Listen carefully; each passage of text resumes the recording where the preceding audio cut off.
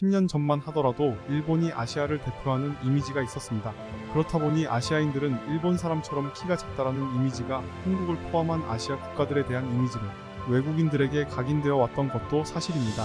하지만 지금은 상황이 180도 바뀌어 한국 문화가 아시아를 선도하고 있고 한국이 아시아를 대표하는 이미지가 일본을 뛰어넘었기 때문에 이 인식이 개선되고 있는 상황입니다.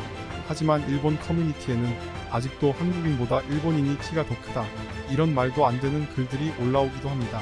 일본 언론에서는 항상 한국인의 평균 키를 언급할 때 결과값이 다른 두 개의 자료가 있으면 좀 더 작게 공표된 자료를 선택해서 사용하는 경우가 있는데, 이런 언론들에게 세뇌가 된 게 아닌가 생각됩니다.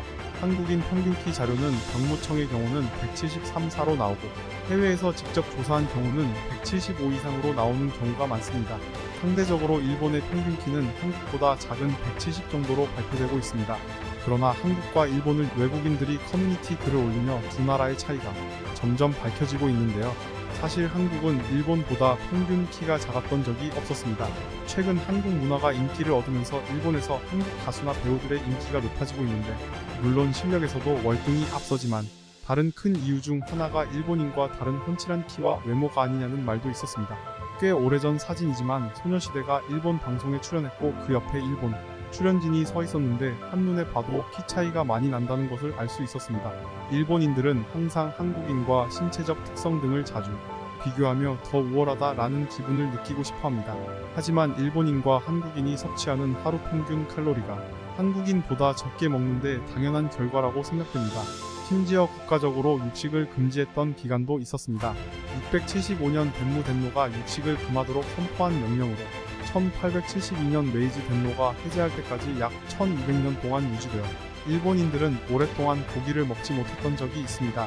이 영향으로 유전적으로 심각한 영향이 있지 않았겠나 생각됩니다.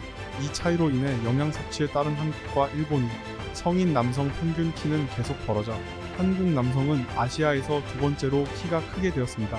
이런 사실을 접한 일본 누리꾼들은 나는 한국을 여행하고 깜짝 놀랐어.